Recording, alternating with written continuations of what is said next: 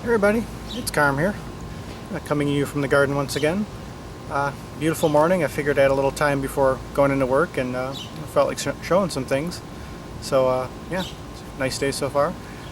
Before we start though, I just want to acknowledge someone who you all know, love, and respect, anyone who's watching. Rob Paniques recently lost his dad. Just want to send out sympathies once again, and yeah, just want you to know that we're all, I believe I speak for everyone, who watches. We're all with you and for you, and anytime you need any of us, we're here, just as you're here for all of us. So yeah, just some stuff I have to show here. It's around this time of year, it seems like the last 10 or 12 years, I find I'm drawn to classical, just as more so than anything else. So I have a few things I've been spinning lately. Starting with some CDs. Steve Jolliffe, the Bruton Suite. He's normally known as an electronic artist. He does play electronic on here, but this is more in almost like a Baroque style. I believe this is his first or second album from the late 70s. Playing string synthesizer, like a string section, but also like a clavichord or harpsichord.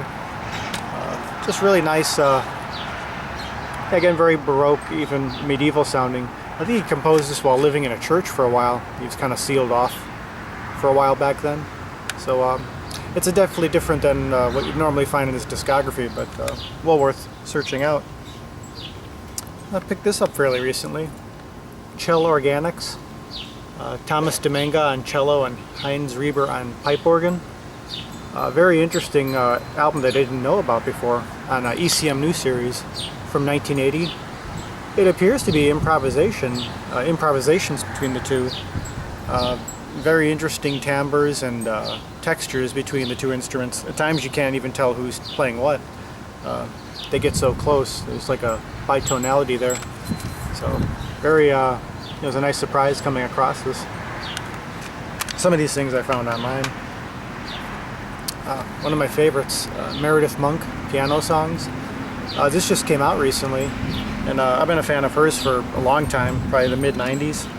And a couple of pianists who I wasn't familiar with, Ursula Alpins and Bruce Brubaker. And it's it's just music for two pianos and stuff she's written from the early 70s up until recently. And just really interesting. She's more known for her vocal work, as her and some of the artists. More known for her vocal work, but this is all instrumental. For the most part, there's a little bit of vocalizations, but I was happy to find this, and each time I listen to it, it seems to be revealing more and more each time.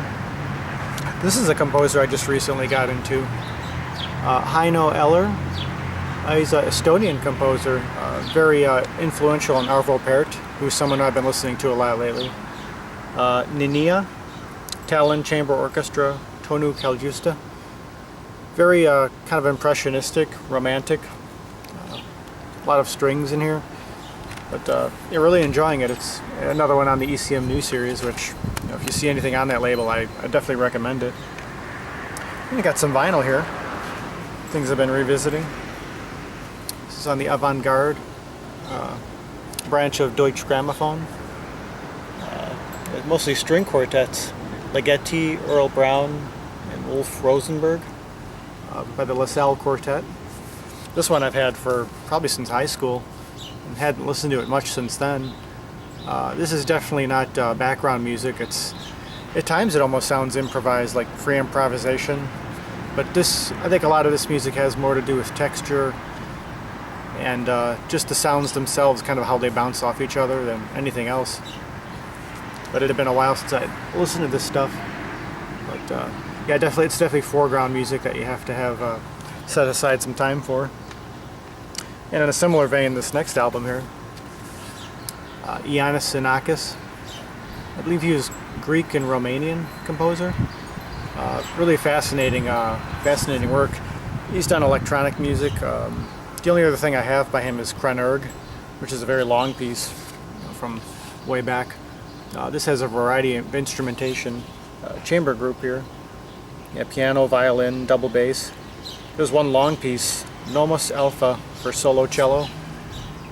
Again, just the way he works with texture is really fascinating, kind of building music up and kind of breaking it down. It seems like it's in a constant state of building and deconstruction. That's the way I interpret it. But no, he's really a fascinating composer who I'd recommend looking into if you're really into just sound experimentation, just texture and and contrast. There's a great deal of contrast in the music. Next up, this is an old favorite, which I only found recently on vinyl. Had it on CD for a long time. Jackson Berkey, Sunken Cathedral. He's probably best known as the piano player in Mannheim Steamroller. It's an old favorite band of mine from way back. And this is all solo piano. There's Debussy's on here, Rachmaninoff, Vincent Perchetti, and Chip Davis, who is a lead composer and founder of Mannheim Steamroller. Plays an interlude on here. Yeah, really nice playing. It's a very short album, as most of American Gramophone records seem to be. But yeah, it's nice finding this on record. Yeah, it's a direct-to-disc too. It's pretty neat.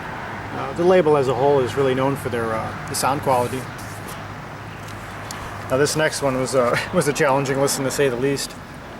Leggett E Adventures.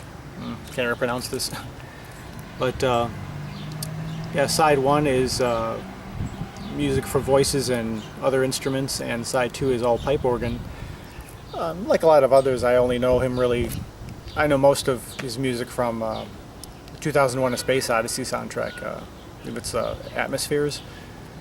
This seems to be in a totally different vein, vocal-wise. Almost sounds like it could be performance art. A lot of more vocalizations than as much vocalizations as straight singing, but very interesting, especially the pipe organ piece, side 2.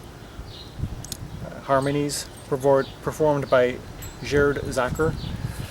Now that has a great deal of contrast in it. It seems like every possible tone and timbre you can get out of the pipe organ is displayed on that piece, as well as incredibly loud and so soft, almost like a whisper. It's challenging to listen to because you have to kind of adjust the volume as you go, because it gets so quiet it's almost on inaudibility. But yeah, I found this not long ago, and fairly cheap, and I don't have much of his in my collection, so that was nice. Now here's an older one from a while back. Brahms, conducted by Bruno Walter, one of my favorite conductors. He seems to bring a lot of emotion and really passion to everything that he, the projects that he was on.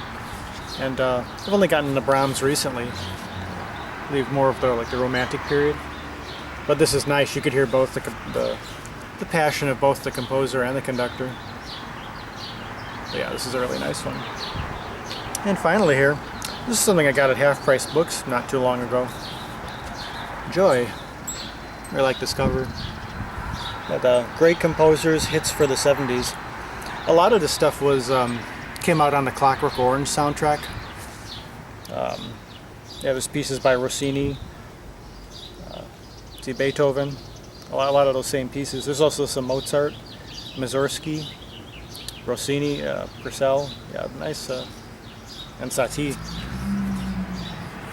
So it's a nice mixture of different styles and schools. And it came out on the movies at the time. Yeah, 2001: Space Odyssey, as well as Clockwork Orange. So yeah, this is nice to come across at the time that I did. And yeah, that's pretty much it. Kind of rushed through these. Still have a few more things to do this morning, but yeah, I just felt like coming out here and showing these. Yeah, something about this time of year I just really like. I've loved classical music since I was a kid, but I find there's certain periods where it seems to be more tenable, or it just seems to fit better. And something about summertime, I just want to hear more classical. So yeah, well, till next time, I'll have some more stuff to show. Got a couple albums I ordered from Derek, and I've been listening to those and enjoying those. So I'll show those soon and talk about them. So I hope we're all doing well and having a good summer and enjoying weather wherever you're at. It's been nice lately, so just making the most of it. So till next time. Peace, love, and joy.